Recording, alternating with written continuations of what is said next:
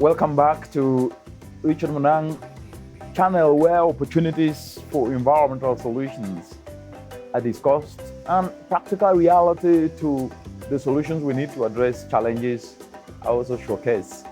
As always, please click on the subscribe button and click the notification so that any video uploaded, you will be the first to see it.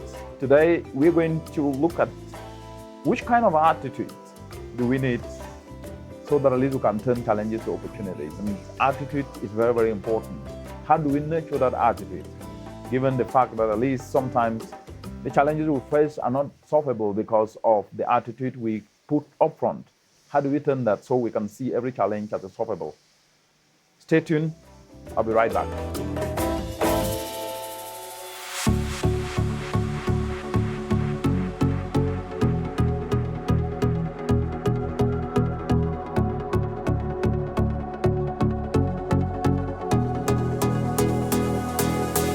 Welcome back, and it's a great pleasure to be back again. Now we're discussing how do we nurture the right attitude in the community in which we live in today, with the ingredients of self-discipline especially, and selflessness.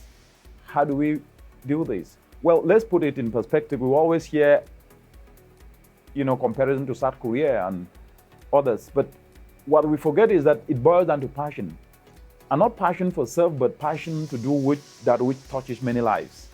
That's what the leaders nurture in their citizens in Asia, in South Korea, in Malaysia, in Singapore. Citizens are the custodians of development, and we must understand that. They choose their leaders, and they must hold their leaders accountable. Citizens cannot always relegate the responsibility for its development to others. And therefore, as a continent, we cannot become the only place where citizens expect others to come and develop it, or without actually playing the role. But this is not something that we will discuss from a blame game perspective. But the discussion is, how do we leverage what we have to do that which we can then get what we don't have? Because each and every one of us needs to understand we are a leader in our own right, whether we're in a community or we're everywhere. And we must be able to do that usher people into action, that make people to determine and actually unleash their passion to do that which contribute to real progress, and do this by influencing as many people as possible to unleash their potential, to tap into their inner strength. And this is missing. This is missing as we speak today. And if we do not look at this aspect, that we have an attitude of complaining more than we act, without necessarily injecting that passionate ability in citizens, which then means that we are losing an opportunity. Because let's not forget, with passion, you will realize that 24 hours is a lot of time.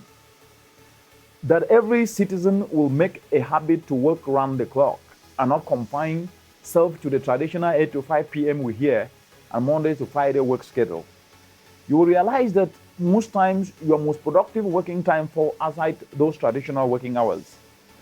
We must therefore then embrace what I call logic and reason, and not hope for what we don't have, but look for what we have to get what we don't have. Because positive action inspires hope, and more positive action creates a groundswell of solutions that touches many lives positively and forces the top to listen and build on what is working.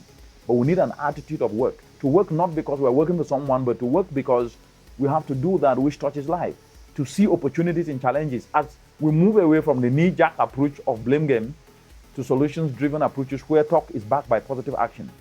Now, how do we nurture this attitude? Let's just imagine we grew up in families in the contemporary settings that we know in Africa today. Communities, small huts, mud thatched roof houses, where our mothers showed discipline, where our parents, our fathers showed discipline. They will get up in the morning, cook food, and leave the house at 5 a.m., 6 a.m. to go walk about 3, 5, 6, 7 kilometers to the farm in the mountain hills in most of the communities in which we come from. In my case, it was Jinkwing in the northwestern part of Cameroon, where our mothers left very early in the morning, and when we get up, we saw that she had cooked food and left before leaving. We will eat, and then we will walk to school. What am I trying to say here? That attitude was not a daily thing that happened just for a few days. It was something that happened over the time we were still living with our mom and our dad. And we saw that discipline, the attitude of resilience, the attitude of not complaining, of doing that which we can do to get solutions to the problems. And what was the solution? She cooked food so we can eat and go to school and learn and become better tomorrow and solve community problems. She went to the farm to work the farm so that at least she can produce the food that will feed us as a family. This is self-discipline and the attitude of hard work. She never complained, though she didn't have enough. So if we can be able to instill self-discipline to do that which needs to be done, not because it is easy or not because it is simple to do it, but because it is the right thing to do, we will start to see meaningful change. That attitude is lacking. We complain and talk that life is difficult. Why should it be easy? If it were easy, everybody will be doing it. What is easy? We see everybody doing it. It's easy to litter on the street. We see a lot of people doing that. That brings problems. Ease is a pathway to trouble. Ease is the biggest threat to progress, but we want it. But why don't we see challenges as disguised opportunities and cultivate the mindset that I face a challenge and it is an opportunity for me to build myself and grow. Challenges are the only pathway for growth. And remember one thing, growth and comfort do not coexist. Growth and comfort do not coexist. You must be able to see challenges as disguised opportunity and get excited and get fired up and become passionate that I will do something here to leave a legacy around it.